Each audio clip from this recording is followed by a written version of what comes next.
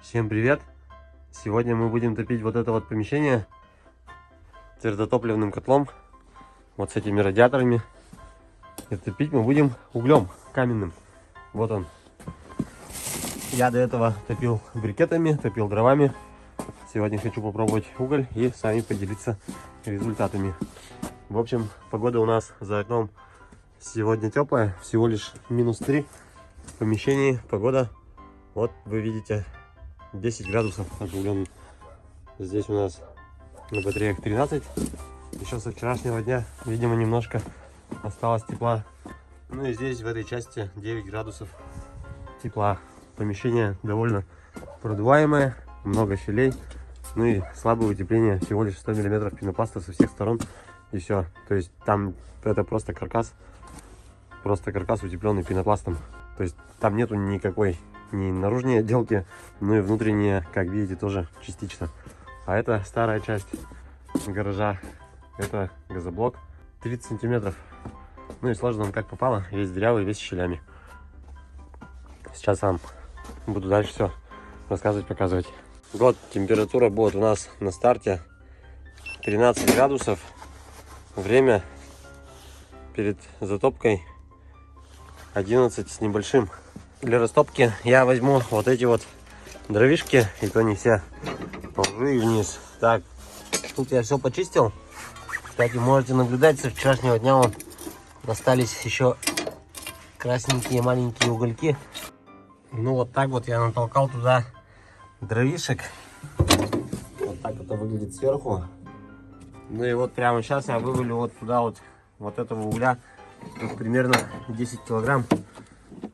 Ну, может быть, чуть меньше. Вот если взять в расчет вот эту пачку по весу, ну да, тут где-то килограмм 7, наверное, 7-8. В общем, сразу я накидываю, не буду я там ничего ждать, пока там дрова прогорят, разгорятся или еще что-то в этом роде. Мне проще вот так.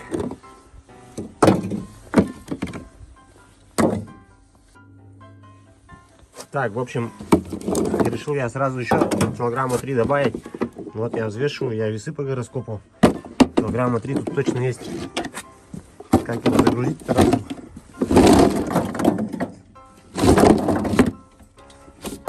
Вот так, все. Вот он тут лежит, так интересно. Сейчас кочергой поворошу. Ага, все лежит красиво, ровно. Там заслонка открыта почти полностью. Сейчас открою ее до конца. Тут закрываем. Тут берем какую-нибудь бумажку. Не хочу эту дверцу открывать. Можно сюда натолкать, но неудобно. Там уже все набито битком. Все, разжигаем. Сейчас бумага быстро вспыхнет.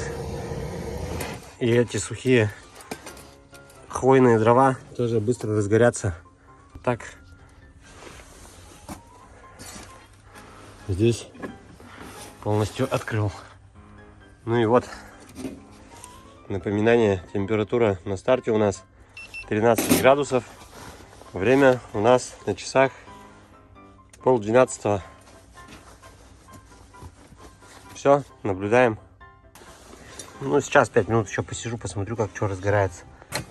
Поскольку бумажка гореть не хочет, сейчас поможем сухой берестой. Все должно будет гореть прекрасно. Ладно, сейчас добавлю еще 3 кило. У нас задача очень простая. Добиться более дешевого расхода на отопление. Так это у нас выглядит.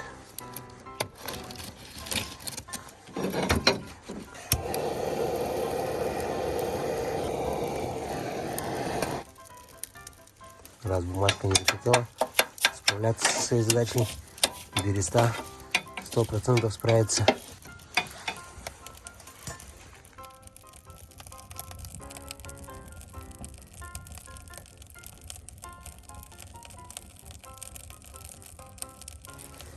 Вот так я, в общем, прикрою. Такую щелку оставлю. Вот время Время 10:30 ровно. Чуть позже я вернусь сюда, посмотрю, как что разгорается. Ну и не забываем, на старте все так же 13 градусов округленно. Время у нас 12. Тут у нас 9,5. Батареи, сейчас покажу, уже 37.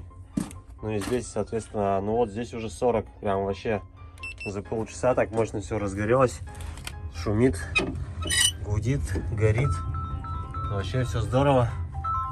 Так, в общем, все, прикрываю. А вот эту чуть-чуть открываю. А иначе все сдувает. В общем, все, прикрыл. Вот такая температура. Вот щелку оставил. Вот такую. Чуть-чуть даже поменьше, наверное, сделаю. Вроде как углю воздуха много не надо. Я, конечно, не знаю. Но пусть будет так. Все, пусть так стоит, горит.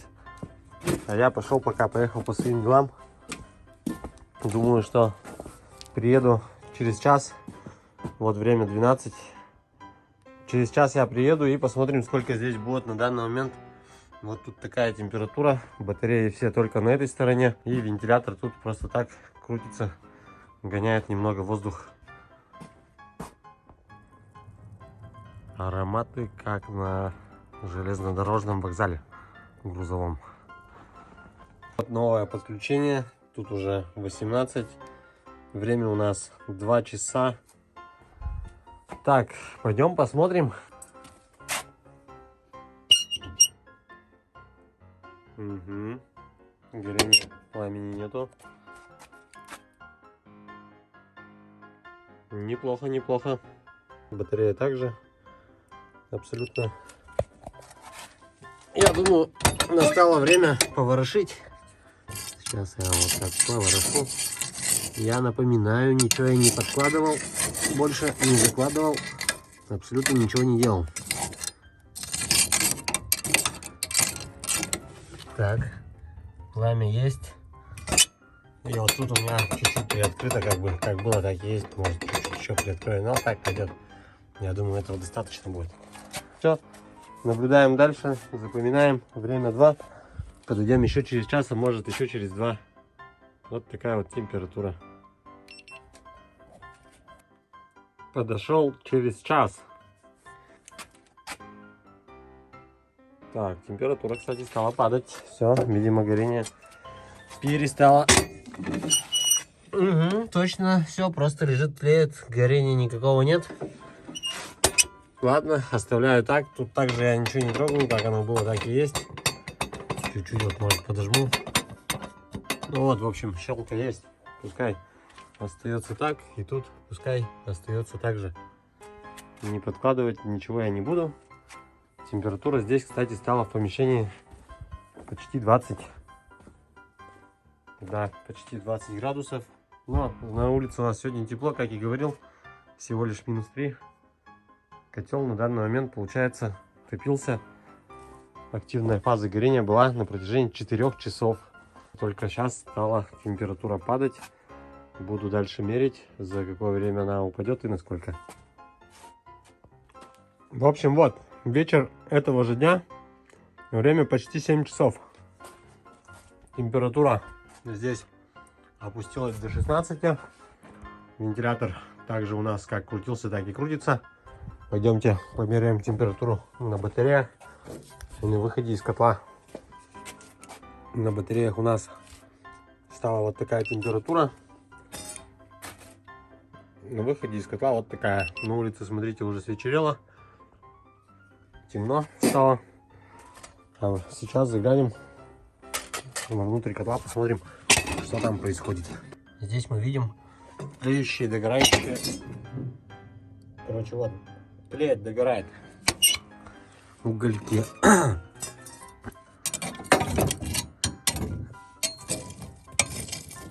Вот они, еще красные. Они еле-еле вот и удерживают это тепло. Я не знаю, как было бы, если бы я их затолкал изначально килограмм 20. Может быть, результат был бы другой. Но поскольку я их закидывал всего 10 килограмм, результат вот такой. И я ведь сравниваю вот с этими брикетами, их тоже 10 килограмм.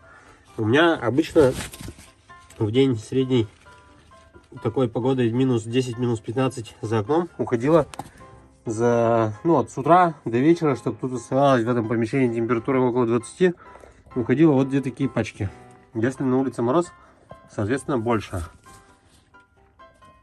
Без всяких дров, без всяких этих. Просто вот положил сверху, кинул на них бумажку и разжег. Сейчас продолжим эксперимент немного по-другому. Решил я, в общем, кинуть туда дров. Время все равно еще рано. Тут пока еще тепло, ну и на улице тепло. Давайте положим дрова. Дрова, они, естественно, влажности, но немножко были подсушены. Вот на этой печке месяц назад я их подсушивал. Вот эти вот вообще сырые сбоку лежат, не успели. И вот лежат тут дрова, вот они подсушенные. Я их снял с этой печки, получается, и положил в этот угол. И все, с тех пор я эту печку перестал топить. Ну, сейчас закинем их в котел. Я вам все покажу, расскажу.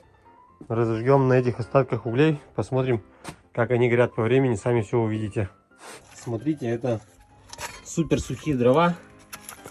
Влагозиметра у меня нету вам показать, но в общем они высушенные на печи. Вот тут несколько, точнее не несколько, пару полежков березовых, остальные все липа. И вот эту елку также пустим на растопку. Так, все, там у нас все как есть, так и есть. Здесь открываем на полную катушку. Ну и погнали. Сколько влезет, столько влезет с дровами. Такого типа размера неудобно в таком котле. Ну, вы понимаете, да, о чем я? Они там лежат не так плотно, как хотелось бы. Я их, конечно же, подправляю, как могу. Но все же береза. Еще береза. Все, липа пошла.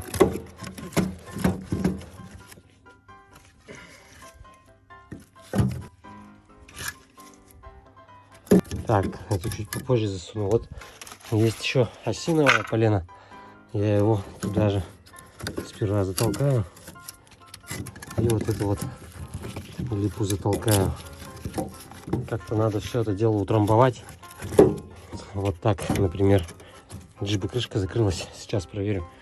И вот эта малюсенькая должна так залезть. Все, затолкал. Вот это не залезла. Это пусть остается на растопку на следующий раз. Вон дымок уже видно пошел.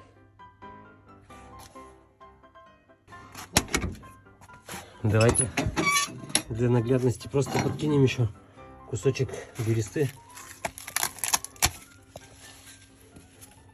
Вон там, видите, их неудобно складывать, они как попало падают на дрова маленького типа размера. У нас, получается, было где-то 5 килограмм сухих дров. Все, я думаю, этого будет достаточно. На пару с неостывшим углем они должны хорошо и быстро разгореться. Прикрываем. Вот так вот оставляю. Все, зашумел, загудел. Время, смотрим, ровно 7 часов. Температура вот. Посмотрим через полчаса, либо через час будет подключение. Спустя 15 минут горение дров идет уже на полную катушку. И чтобы они так быстро не прогорели, я вот здесь прикрываю. А здесь чуть-чуть открываю. Вот так. Там пламя, вон какое уже мощное. Даже уже вон некоторые дрова рассыпаться вниз начнут. А температура у нас стала вот такой вот. Довольно быстро растет. Хорошее пламя. Ну, вот так вот я это дело прикрыл. Все, будем тестировать дальше. И здесь я тоже чуть-чуть прикрою. Она, правда, горячая, зараза. все получилось. Вот, сделаю вот так вот. Этого будет достаточно, чтобы дрова горели долго. И при этом из вот этой вот щели не выходил сюда дым. Смотрим, наблюдаем. Температура дымохода довольно серьезная. Тут температура продолжает расти. Все. Дальше снова будет подключение через час, наверное. Ну вот и все. Это максимум, которая температура была. Сейчас пойдем посмотрим температуру на выходе. Смотрите, температура стала падать стремительно. Тут, соответственно, тоже температура дымохода. О, совсем мал-мал. То есть горения как такового вот там уже, наверное, нет. О, вон полежка это лежит. Там угольки догорают. Я его сейчас туда же обратно закину. Закроем. Тут посмотрим. В общем, вот так вот очень быстро прогорели дрова. Грубо говоря, 1,5 часа. И все. И то там еще уголь лежит. Помогает им держать тепло. Если бы не уголь, то тут бы уже давно бы температура стремительно быстрее бы упала.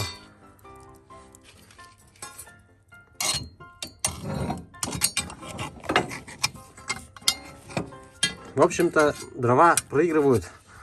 Это было 5 килограмм. Если я положу еще 5, это точно так же очень быстро улетит. Потом надо будет положить еще 5, и это точно так же очень быстро улетит.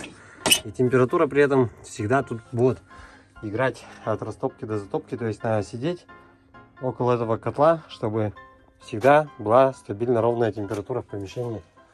А если надо что-то долгоиграющее, то вот это либо уголь, но, как я говорил ранее, он у нас очень дорогой, либо это вот эти брикеты, они у нас стоят дешевле, чем уголь. То есть, смотрите, 10 килограмм брикетов обходится, вот эти обошлись в 105 рублей, следующие будут обходиться в 120 рублей. 10 килограмм угля обходится в 200 рублей. Ну и плюс еще ведь нужны дровишки на растопку. И плюс за углем нужно намного дальше ездить, чем за этими брикетами. А если покупать брикеты летом, то их цена не превышает 80 рублей вот за такую пачку. Это, кстати, брикеты второго сорта из березы. Они вон такие светлые. А еще когда-то давно я пробовал, ну не в котле, конечно, не в этом вот, а вот в той печи. И еще буржуйка у меня была вот в той же печи подключена. Если хотите, отдельное видео сниму, расскажу, как это было. Вот там я пробовал топить тоже брикеты, но там были тоже и березовые, и были еще из хвойных пород. Они более желтые такие. Они прогорали очень быстро. В этом котле я такие пока еще не пробовал, но я думаю, что они тоже будут прогорать довольно быстро. А эти выглядят вот так, вот они довольно светлые. Светлые, ровные, то есть ничего сильно с них не сыпется. Так вот чуть-чуть. А вот помню, которые были хвойные, их прямо вот так вот, если положишь, он уже напополам ломался. И все они крошились очень-очень сильно. Вот такой эксперимент. А следующий. Поскольку тот видос удалился с канала, точнее весь канал удалил случайно, я могу вам заснять и также показать, также в режиме онлайн со временем, как это все работает. Ну и, соответственно, погода будет, наверное, уже похолоднее, потому что все-таки зима настала. Сейчас вот буквально минус 5 за окном. Ну, к вечеру стало, наверное, минус 7. Но завтра опять будет теплая погода. Будет по прогнозу что-то около минус 1, около нуля. Вот такие вот приколы. На этом, думаю, можно это видео подытожить. Как-то так. Пишите свои комментарии, кто чем топится, в каком регионе и сколько это у вас стоит. Всем пока-пока. До скорых встреч.